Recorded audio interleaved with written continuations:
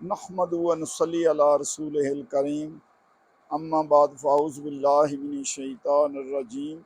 بسم اللہ الرحمن الرحیم۔ پاکستانی قوم کے مستقبل کے معمار و شہین نوجوان بیٹے بیٹیوں، السلام علیکم ورحمۃ اللہ وبرکاتہ۔ جس طرح کہ ہم یسٹرڈے بات کر رہے تھے کہ پاکستان میں جتنی سیاسی جماعتیں ہیں، ہمارے دانشور، ہمارے علماء، ہمارے سیاستدان سب اس چیز سے بالکل نہ بلد ہیں کہ اگر ان سے پوچھو کہ کسی یہ مسئلہ یہ جو پیدا ہوا ہے یہ کس وجہ سے پیدا ہوا ہے، کسی سیاستدان سے پوچھو کہ آپ کس طریقے سے معاشی طور پر ملک کو ترقی کی طرف لے کر جا سکتے ہیں، کوئی پتہ نہیں۔ بات اس طرف کرو گے وہ کوئی اور بات کریں گے، کیونکہ یہ اس طرف ان کی سوچ آ ہی نہیں سکتی۔ اس کی وجہ ہے خاص، اس کی وجہ یہ ہے کہ پاکستانی قوم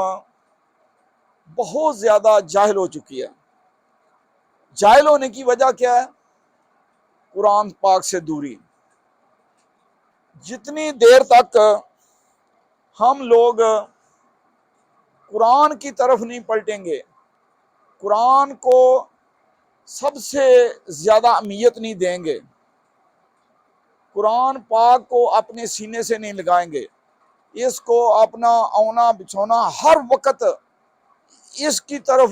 غور و فکر کرنا، اس کے بارے میں سوچنا، اس کو سمجھنے کی کوشش کرنا۔ جو قوم ان کی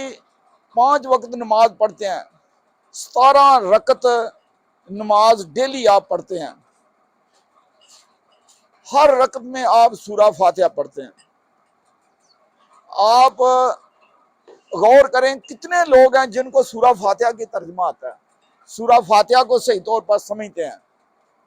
بسم اللہ الرحمن الرحیم کو سمجھتے ہیں، اعوذ باللہ من الشیطان الرجیم کو سمجھتے ہیں، لیکن بہت کم لوگ ملیں گے آپ کو۔ لا الہ الا اللہ محمد رسول اللہ، یہ ترجمہ صرف پتہ ہونا یہ کافی نہیں۔ وہ اسکول میں کالج میں رٹا لگا کر یاد کر لیا، اس کی اہمیت، اس کی حقیقت کو سمجھنے کی کوشش کرنا،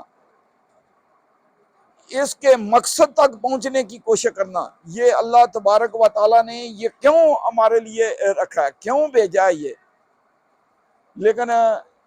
یہ ساری چیزیں غور و فکر کرنا، کسی چیز کو اس کی اصلیت، اس کی فاؤنڈیشن، اس کی بیس تک سمجھنے کی کوشش کرنا، یہ صرف قرآن سے آ سکتا ہے۔ قرآن کے بغیر کوئی اور ذریعہ نہیں کہ آپ کسی چیز، کسی مسئلے کے بارے میں پوچھ سکیں کسی سے، وہ آپ کو بتا سکے یہ مسئلہ کیا ہے، کیوں ہے، یہ مسئلہ کیسے ہو گیا اور اس کا حل کیا ہے، اور اس کو پریکٹیکلی کر کے دکھانا، یہ قرآن کے بغیر ممکن ہی نہیں ہو سکتا۔ اسی لیے پچھلی 10-12 صدیوں کی تاریخ میں عوامی تحریک علم دنیا کی تاریخ میں ایک بہت بڑا انقلاب ہے، جس کے منشور میں یہ شامل ہے کہ ہر مسئلے کو، کسی قسم کا کوئی مسئلہ ہو، کسی قسم کا کوئی مسئلہ ہو، کیونکہ مذہب جو ہے یہ ہماری زندگی کا سب سے بڑا سوال ہے، سب سے بڑا مسئلہ ہے۔ تو مذہب کے بارے میں بھی کوئی سوال حکمہ کے متعلق ہو، کیونکہ آپ کو علم ہے کہ قرآن پاک کے 2 حصے ہیں، ایک حکمہ، ایک شریعت۔ شریعت میں قانون آتا ہے، شریعت کے شرع کے معنی ہی قانون ہے، اور حکمہ جو جتنی زیادہ ایمانیات، عبادات، اخلاقیات، ہر چیز کے بارے میں جو 98% جو دین ہے وہ سارا حکمہ کے اندر ہے۔ اس کے بارے میں کسی قسم کا کوئی سوال ہو پاکستان کے کسی آدمی کو، تو انشاءاللہ تعالی عوامی تحریک علم اس کا جواب دے گی، کیونکہ عوامی تحریک علم شریعت کے بارے میں بات نہیں کرتی، کیونکہ یہ علماء کا کام ہے، ان کی ذمہ داری ہے۔ یہ سیاست میں یہ چیز نہیں آتی۔ سیاست سے متعلق جو چیزیں ہیں ان کے بارے میں بحث کرنی، ان کے بارے میں گفتگو کرنی، یہ وامی طریقے علم کا مقصد یہ ہے۔ کیونکہ وامی طریقے علم کی پہلی شک جو ہے قانون ہمارے منشور کی وہ یہ ہے کہ یہ نہ ہی مذہبی ہے نہ ہی سیکولر ہے، خالص جمہوری پارٹی ہے جو امر و مشورہ بینہم کے اصولوں پر بنائی گئی ہے۔ اور دوسری شک ہے نسانی نفس کو پاکیزہ بنانا، نسانیت کو شعور دینا اور ملک میں حقیقی علمی نظام وجود میں لانا۔ اور تیسری شک ہے منشور کی ہر مسئلے کو اس کی اصلیت تک پہنچ کر سمجھنا، اس کی بیس، اس کی فاؤنڈیشن، اس کی حقیقت کو جاننے کی کوشش کرنا۔ کیونکہ یہ سب سے بڑا منشور کا حصہ جو ہے نا، یہ جو دنیا کی تاریخ میں 12-13 صدیوں کی تاریخ میں سب سے بڑا انقلاب ہے، وہ یہی شک ہے کہ ہر مسئلے کو اس کی بیس، اس کی فاؤنڈیشن پر جا کر سمجھنا اور اس کو 3 کی کسوٹی پر آ کر پرکھنا۔ یہ مسئلہ کیوں ہے، کیا ہے، اور یہ مسئلہ کیسے ہوا، کیسے ہو گیا، اور پھر اس کا حل اور اس کو پریکٹیکلی کر کے دکھانا۔ یہ بہت بڑا کام ہے، کیونکہ یاد رکھو یہ ہر طالب علم کو اس سوال پر غور کرنا چاہیے۔ ہمارے نوجوان، میرے بیٹے بیٹیوں کو اس بات پر انتہا سے زیادہ غور کرنا چاہیے۔ یہ ان کے لیے سب سے زیادہ ضروری ہے، یہی علم کا انقلاب ہے۔ اگر آپ میری اس بات پر تھوڑا سا بھی غور کریں تو علم کے دروازے انشاءاللہ تعالیٰ آپ کے لیے کھل جائیں گے۔ کوئی بھی طالب علم ہو، کسی بھی علوم و فنون کا طالب علم ہو، اس کو چاہیے کہ وہ کوشش کرے اس کی اصلیت ہو، جو بھی وہ ٹاپک پڑھ رہا ہے، جس پر بھی وہ لکھ رہا ہے، جو بھی کو کر رہا ہے، بے شک کوئی سائنسدان ہے، وہ کوئی ایجادات کرنے کی کوشش کر رہا ہے، تو اس کے لیے بھی یہی راستہ ہے۔ آج کل ہم اس بات سے دور ہو گئے ہیں، کیونکہ قرآن سے دور ہو گئے ہیں۔ یہ مسئلہ صرف قرآن سے آتا ہے۔ لیکن ایک بات میں اور بھول گیا، میں آپ کو بتا دوں کہ جتنے یہ جو فرقے ہیں، یہ بریلوی، دیوبندی، اہل حدیث، اہل تشیع، وابی، سنی، جتنے ہیں، یہ سارے کے سارے اگر چاہیں بھی نا قرآن پاک کی روح تک پہنچنا، قرآن پاک کو اس طرح گہرائی سے سمجھنا تاکہ قرآن پاک ان کے لیے نئے نئے راستے، نئی نئی راہیں کامیابی کی کھولے، علم کے دروازے کھولے، تو وہ نہیں کھلیں گے۔ جتنی دیر تک آپ اس اپنے ذہن سے، اپنے دماغ اور اپنے دل سے یہ چیز نکال نہیں دیں گے، یہ جو تعصب، جتنے فرقے ہوتے ہیں نا ان سب میں تعصب ہوتا ہے، وہ تعصب کی اینن لگا کر جب قرآن پاک کو پڑھتے ہیں نا، تو قرآن پاک یہ اللہ کا کلام ہے، اس میں سے جو بھی آپ حاصل کرنا چاہیں گے نا وہ آپ کو مل جائے گا، جو بھی آپ چاہیں گے۔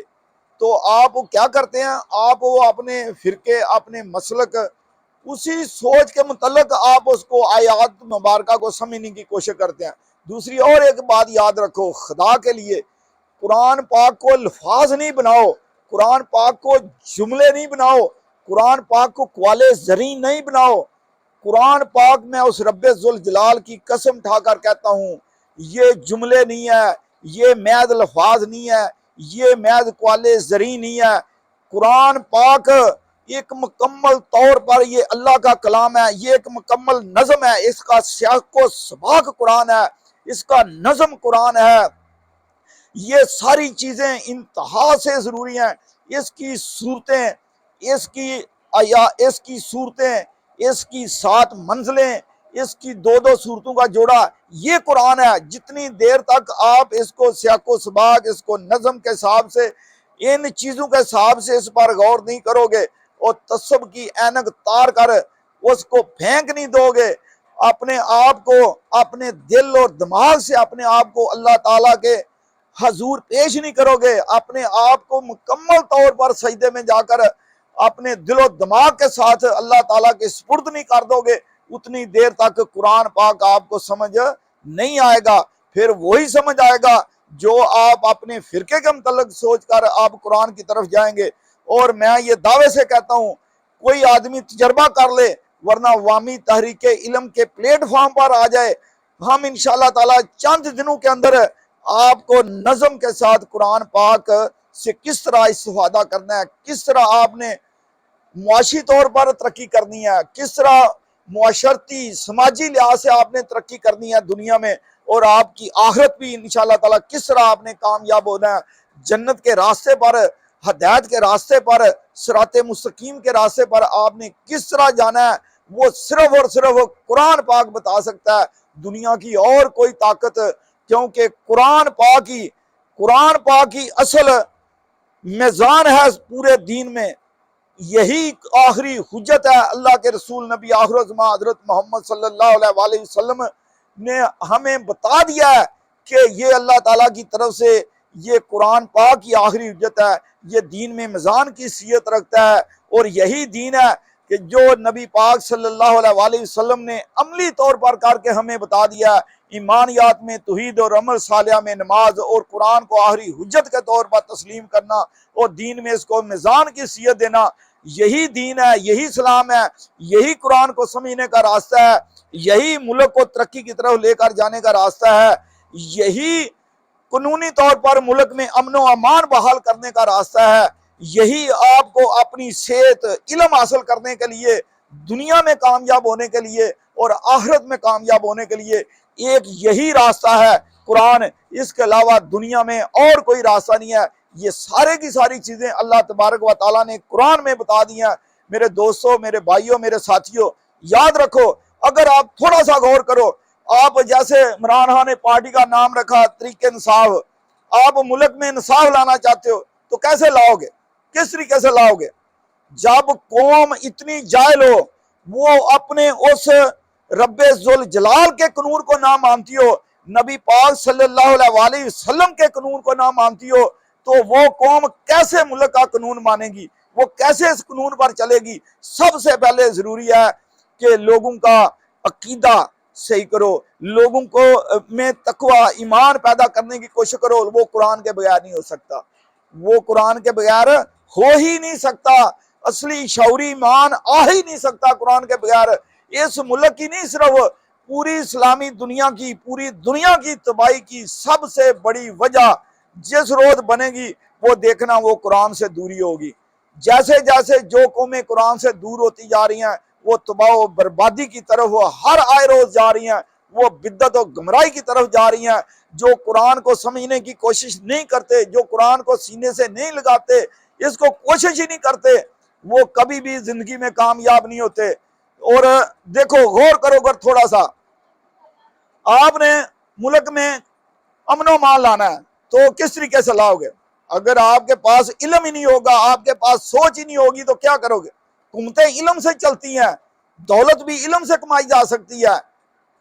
دولت سے علم نہیں کمایا جا سکتا۔ ملک کی معیشت کس طرح ٹھیک کرو گے اگر آپ کے پاس علم ہی نہیں ہوگا؟